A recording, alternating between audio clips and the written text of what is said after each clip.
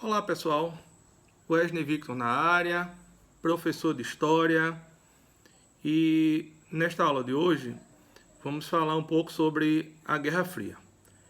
Quando nós falamos sobre Guerra Fria, uma frase marca bastante esse período: guerra improvável e paz impossível.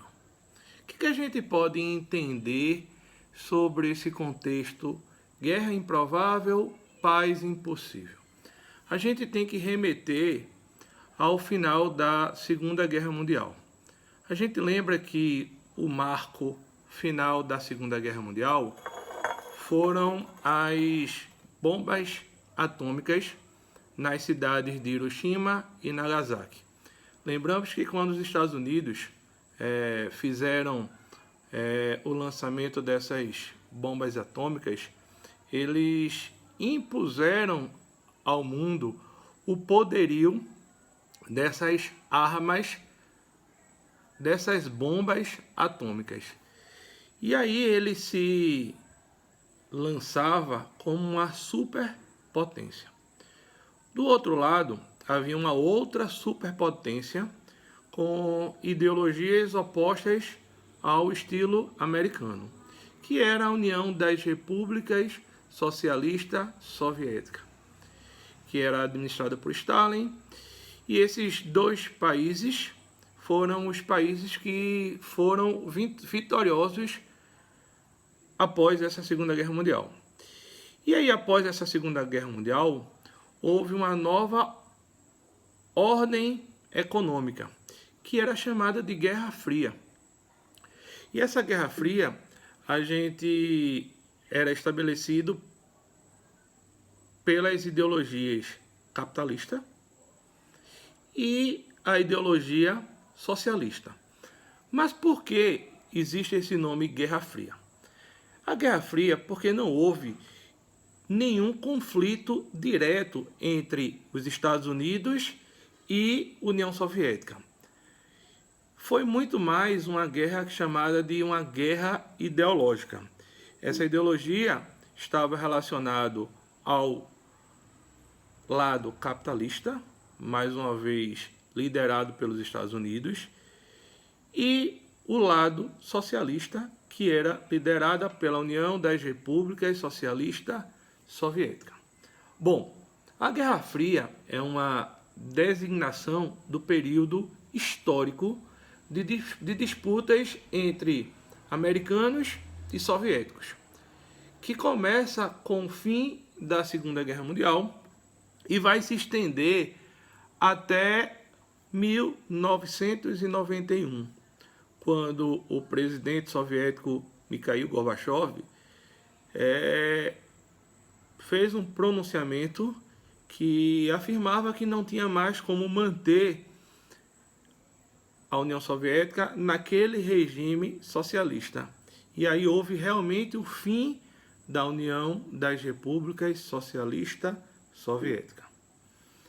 Bom, como eu falei, durante a Segunda Guerra Mundial, Estados Unidos e União Soviética, eles eram aliados. Eles lutaram juntos contra a ideologia nazista de Adolf Hitler.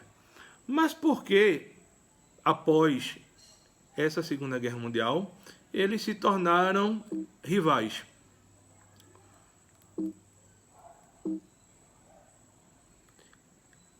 Isso é uma coisa bem simples.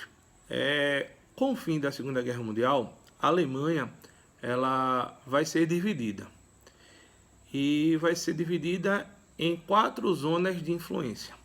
Uma zona de influência era a parte ocidental, pelo sistema capitalista liderado pelos Estados Unidos. A parte oriental, por influência da União Soviética, pelo bloco socialista. Um pedaço seria área de influência inglesa e a outra parte seria uma área de influência francesa. E aí, para separar o que a gente chama de Alemanha Ocidental e Alemanha Oriental, foi construído o que a gente chama de Muro de Berlim, que é um símbolo desse processo da Guerra Fria, que na Alemanha haviam duas Alemanhas, a Alemanha Ocidental, a Alemanha Oriental.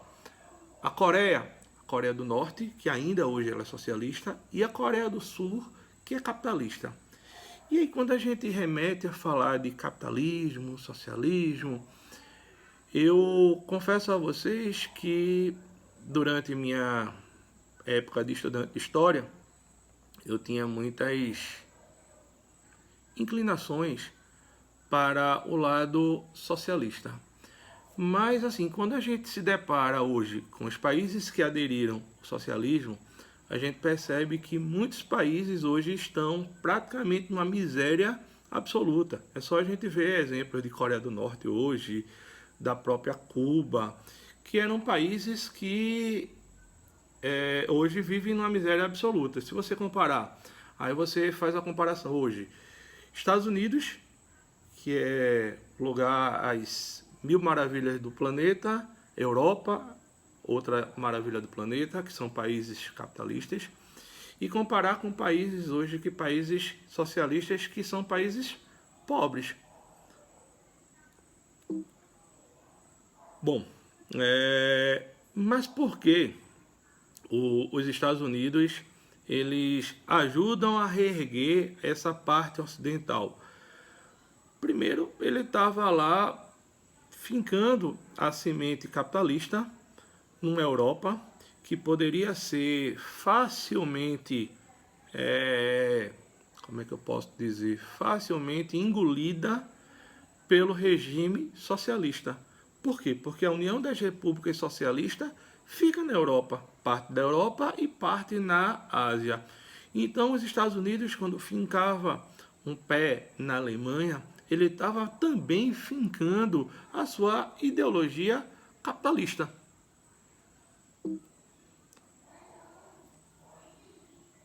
Bom, Berlim Ocidental, que era capitalista, ela cresce numa proporção gigantesca, enquanto que a Berlim Oriental, que era socialista, não conseguia acompanhar. E aí, quando foi passado o muro e separou a Berlim Oriental e a Berlim Ocidental, separaram famílias, separaram parentes, separaram pessoas que eram próximas e passaram a ser separadas por um muro que separou essa convivência. E aí Stalin, que foi quem ordenou a construção desse muro que separava a Alemanha Ocidental e a Alemanha Ocidental. Bom, nessa Guerra Fria, a gente pode perceber disputas principalmente de ordem ideológica, política e econômica. E aí, quando a gente fala da doutrina Truman, que foi uma ofensiva contra a expansão do comunismo. E aí os Estados Unidos ele lança o que a gente chama de o Plano Marshall, que era ajudar os países que tinham sido envolvidos na guerra, na Segunda Guerra Mundial, e eles ajudavam a reconstruir esses países.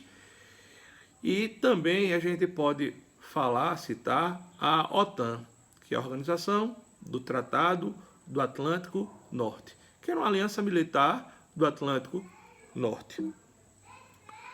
Bom, do lado russo, a gente tem uma ofensiva contra o imperialismo norte-americano.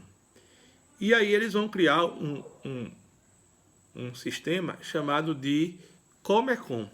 Esse Comecon era uma oposição ao Plano Marshall, que vai ajudar a reconstruir os países socialistas que foi destruído nessa guerra.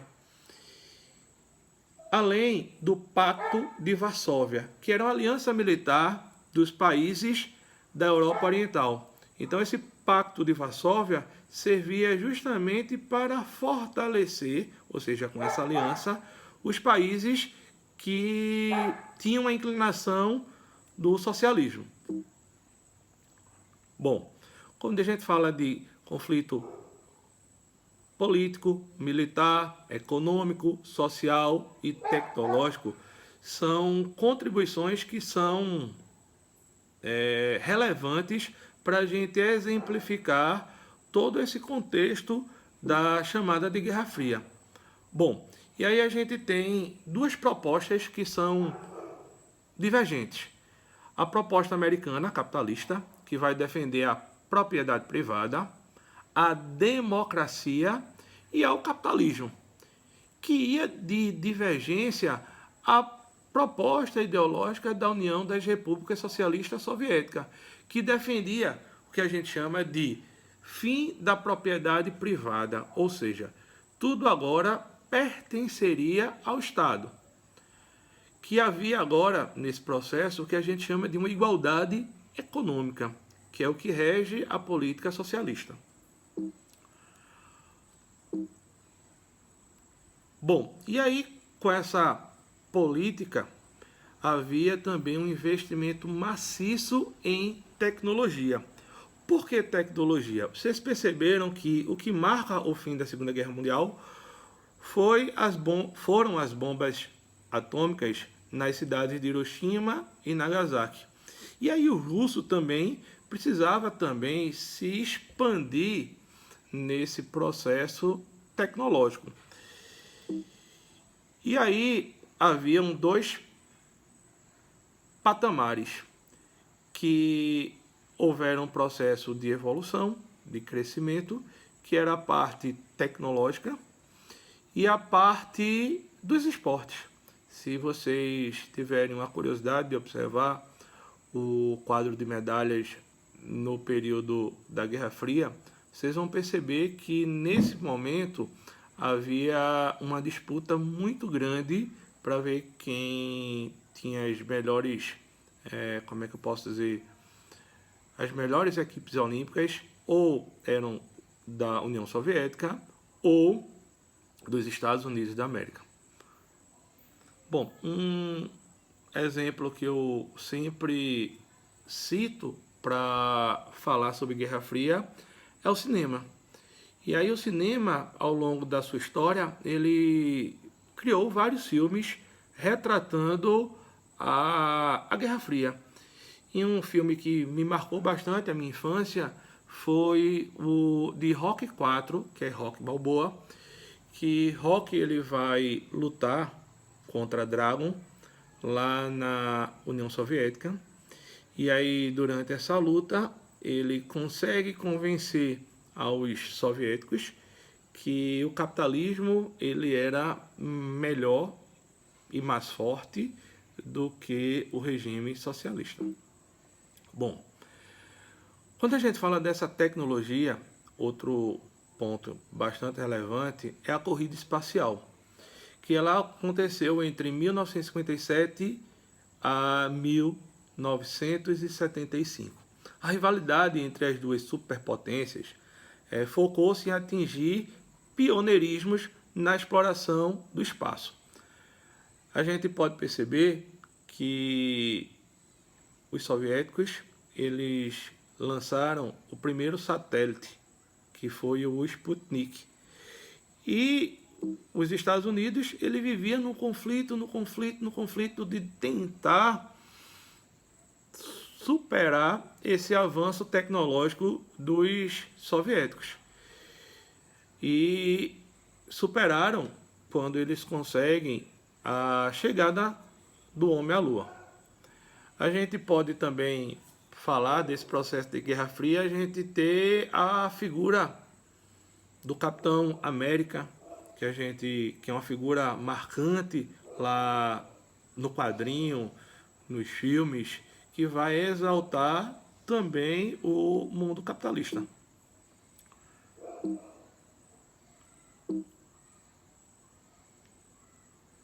Bom, e aí os Estados Unidos ele tinha a política do Estado de Bem-Estar Social. É um tipo de organização política e econômica que coloca o Estado como agente de promoção, protetor e defensor social e organizador da economia. Esse estado de bem-estar social teria lá a saúde, a educação e alguns direitos trabalhistas. Bom, na década de 80, alguns personagens marcaram bastante esse processo para o fim dessa Guerra Fria, que foram os presidentes norte-americano Ronald Reagan, o presidente da União Soviética, o Mikhail Gorbachev, e a Margaret Thatcher pela Inglaterra. O Ronald Reagan ele defendia o ataque virtual contra a União das Repúblicas Socialistas. Já a Margaret Thatcher, defesa do neoliberalismo, ou seja, a não intervenção do Estado na economia. Enquanto que o Gorbachev ele defendia a perestroika e o glasnost. Bom, símbolo, como eu já falei, do fim da Guerra Fria foi a queda do Muro de Berlim. Que essa queda do Muro de Berlim ela vai ocorrer no dia 9 de novembro de 1989. No ano de 89, eu acho que eu estou ficando velho, porque eu acompanhei uma reportagem de Pedro Bial, ele relatando esse fim aí do Muro de Berlim, e que acabaria com as duas Alemanhas, que tinha a Alemanha Ocidental e a Alemanha Oriental. E aí no dia 9 de novembro de 89, é o marco simbólico dessa queda do Muro de Berlim, levando ao fim ou seja, do início do fim da Guerra Fria. Por que o início desse fim? Porque a Guerra Fria ela só vai acabar em 91. Mas a queda do Muro de Berlim é como se fosse um símbolo que marca o fim dessa era que vai de 1945 a 1991. Bom, pós-Muro de Berlim, fim da União Soviética, o Estado vai se tornar neoliberal, que é a não intervenção do Estado na economia. A economia ela deve acontecer livremente e que o Estado ele deve se preocupar com setores básicos da sociedade. Bom, e aí com isso a gente entende que após o fim dessa Guerra Fria, o mundo vai adotar uma nova ordem econômica que vai deixar de ser capitalista e socialista e agora vai se tornar através de blocos. E aí vão surgir o Mercosul, a ALCA, a União Europeia. Então os países agora vão adotar outras posturas como forma de se fortalecer. E aí vão criar o que a gente chama de blocos econômicos. E com isso a gente encerra. Muito obrigado a todos e até a próxima aula.